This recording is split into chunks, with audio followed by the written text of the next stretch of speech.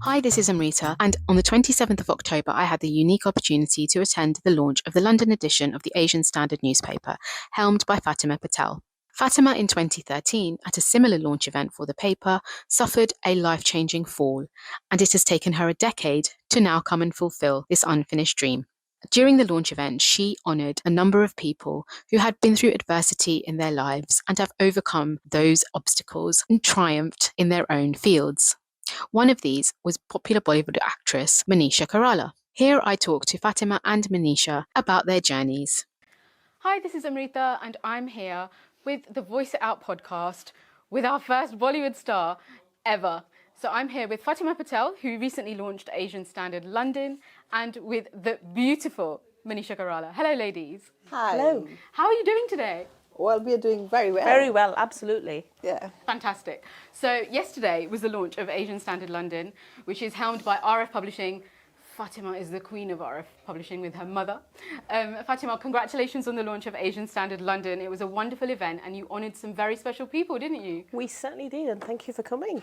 No problem. So it was a really nice event, and one of the people who was honoured is Manisha ji.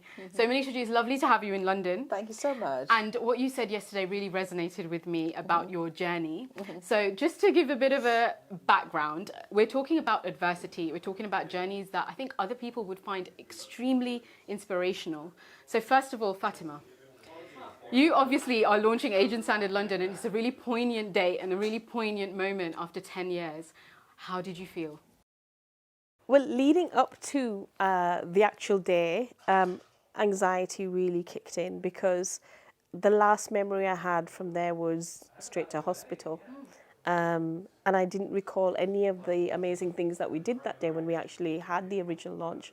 So there was a lot of anxiety, and it's obviously 10 years, so it's a decade later to come back to finish that dream that I had. And in between, obviously, all the other stuff. And what we forget is when sometimes, especially as women, because we're just getting on with our work, we're just getting on with the job that needs to be done, whether it's something that we're doing at home or whether it's something in our jobs or whether it's something in our businesses. And for me, I just need to do this. I just need to get on and just carry on going. And we forget to give ourselves time to recover.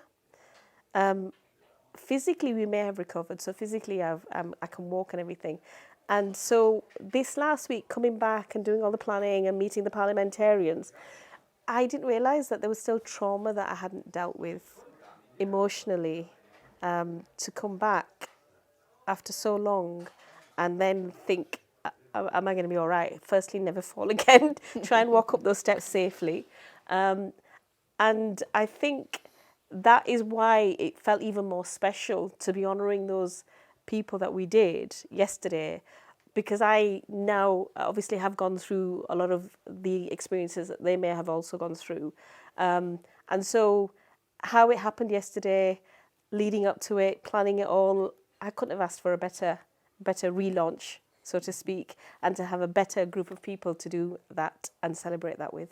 Absolutely. I totally agree. I think all of us that were there yesterday, all the stories resonated with us, no matter what the adversity was, no matter what the thinking was, the mindset was. So I have to ask you, actually, obviously, when you were you were unable to walk, you were trying to walk again. And I feel like, even though you have really great days and you're determined and you want to, like you said, finish the unfinished dream, what happened in your low moments? How did you pick yourself up again?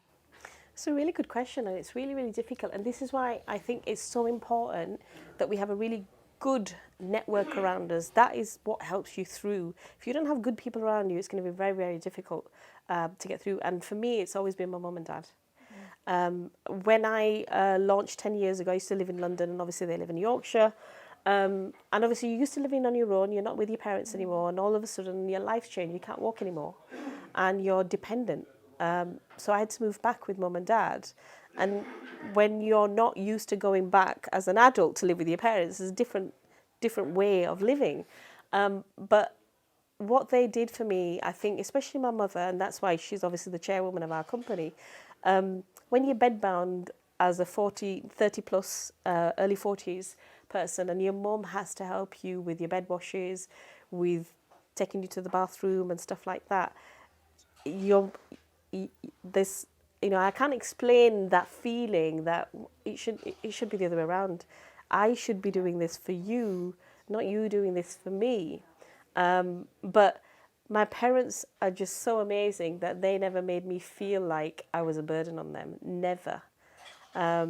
They did everything possible, and one of the cutest things that my mum ever did, and that's why, like I said, she's a chairwoman, was she used to give me £20 a day pocket money, and I says, why are you giving me money for? I'm in your house, you're paying for everything. I don't need to worry about money and stuff. No, you're still my baby, you're still my child. I know you're not working. You give you 20, and that money was the money that 2 years later, when I restarted the newspaper, it turned into about 15, I think about £13,000, £1,300 or something, and that was the initial money that we used to invest to restart the newspaper. Oh, So beautiful. Exactly. So this is where you get strength from, and this is how you overcome stuff, because you think, well, actually, they're doing all this for me. So I have to fight this. I have to keep going. I have to make it happen, and I have to leave a legacy that they're going to be proud of. Yes, absolutely. Thank you for sharing that with us. It was so nice to hear that money that when you were ill has contributed so much in where you are today a little bit. And that's why it's RF. R is my mum's name. So it's her initial, and F is my name. So RF Media and Publishing is the name of the company. Amazing. Beautiful.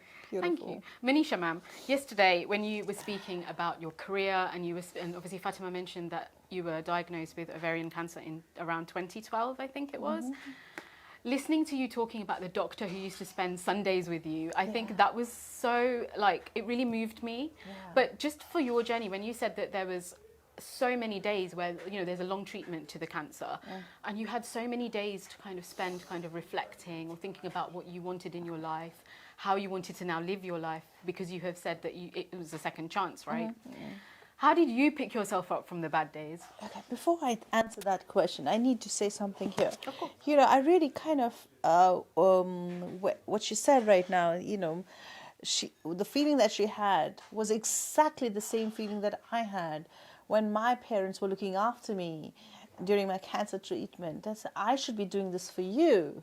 Instead, you are looking after me. And I really kind of, that made me so uncomfortable and so lachar, helpless, that you feel, oh my God, that's why I had tears when you're telling this story. I was just remembering how I was feeling. Yeah, because same for you, Yeah. And I had faced a small accident sometime back during my shooting, when I had produced a film, and I was not able to walk, and boy, that kills you. And I thought I'm disabled to walk for life, and it was for 3 months or 5 months, 4 months, but it breaks you. And you start imagining that you'll never be able to walk again, so it's really a scary space. Yeah, so, girl, I understand. This is why we've just become... Absolutely. Yeah. You can see there's a really nice level of warmth between you two. She's just amazing.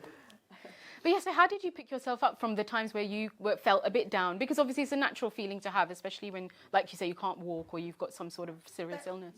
Yeah, so I had the most painful day at that time, and I told my mom, if this is the level of pain I have to endure, I'd rather go.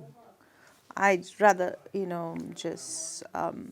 So she actually had tears, and she said, Manisha, if anything happens to you, what will happen to us? How are we going to deal with it? And so, I just realized that my mom, my dad were the biggest motivation for me to push through those dark times. Their support, their love, their sacrifice motivated me a lot. I think that's really similar. It's again, similar isn't it? things, exactly, exactly. It's true. They are. We don't realize how powerful they're. The strength. Exactly. People say we've got the strength. They're the strength. Yeah, they're the strength. Absolutely. So a question for both of you, actually. Did you feel like at the time, when you were almost recovered, or when you were almost going back to some sort of normal kind of life, did you feel like you had a mindset reset? Sort of, you had an injection of positivity because you'd been through something quite serious. Did you feel like that? I certainly did. I was, the thing is, first of all, again, I want to bring this up, but there's a fact that my mother didn't allow any negative people around me during my treatment, and I picked on that. And I realized it's much more easier to go through life in the time one is at the darkest moments in our life, to still mentally motivate yourself to think positively and to imagine things positively and to put yourself in a positive frame of mind consistently, like it becomes a habit. So I would read only about people who've come out of this nicely, and that's exactly what I do today. Whenever anybody asks me for an advice when they're going through cancer or any kind of difficulty, I said, no matter what the circumstances is, you train your brain to just look out for the positive outcome. So Absolutely true. It is a reset because it's a life-changing moment in your life. You think you've got your life planned out. I'm going to do this, I'm going to do this, I'm going to have this done, that done. And obviously for me, I'm launching my newspaper and then I'm going to go off to do this. But then bang, it changes. Your world has completely changed. Everything you've planned is no longer going to happen. And you have to now start planning differently. You have to change everything in your life. And the people around you have to change for you as well sometimes. So it is a reset. It is a life-changing moment and it shapes you. It changes your outlook. And it's something that Manisha just said in one of the interviews earlier. It's about life. You suddenly realise how precious your life is. And we feel as if we've got a second chance of life now. Feel as if now I've got a second chance, I want to really live it properly. And your outlook changes now, and all the materialistic things that you start looking at before this experience, you no longer want those things. What you want out of life now is completely different. yeah. Yes, absolutely. Again, it's a similar answer. I'm copying. You're very similar. Not copying, we have the similar experiences and realizations. Exactly. And Okay, so I think because we're coming to the final section of this, I'm going to ask 3 questions which I think relate to your journeys but also are quite independent of the journeys that you've had in your lives. So the first is, I don't mind who answers first, what would you tell your younger self if she could see you now? I have so many things to tell her, but one thing for sure that life turns out well. So stop worrying about too much. Trust the process of life. Things will be fine. And number 2 probably would be, this is a precious time. Don't waste.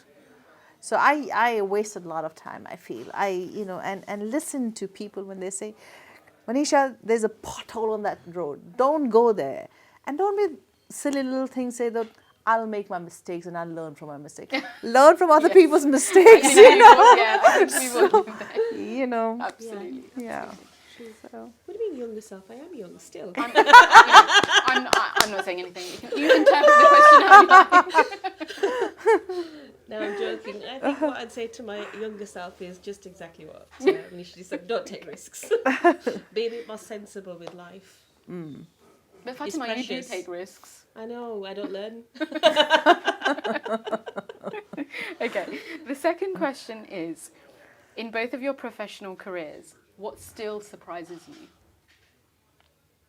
If there is anything. Surprise. I'm glad you're answering this one first because I'm stuck on this one. What surprises you? Yeah. I love making people stuck. I'm not really, I don't think there's a surprise element. Okay. No. After you face the kind of adversity with your health, especially with Manisha, because mine was more about my bones, it wasn't life-threatening, whereas hers was. Life-threatening, yeah. When you experience something where your life potentially is going to be short-lived and you might not be here, nothing surprises you after that. Yeah. Nothing can surprise you after that. Yeah. So, I think that's, nothing phases us now. Yeah. Definitely. Especially this woman, nothing will ever phase her. Always a good thing. Yeah. Okay, my final question. What's the best piece of advice you've ever received? There's so many good ones. But I remember one thing that Dimple Kapadia ji told me when I was young, and I was complaining to her that I'm so bored of being an actor, and I've just had too much, because those days I used to work 3 shifts a day, and like multiple films in a year, and so I didn't enjoy life. I was just working like a machine. So she said something really nice which remained with me, and today I think about it. She said, Manisha, this too shall pass.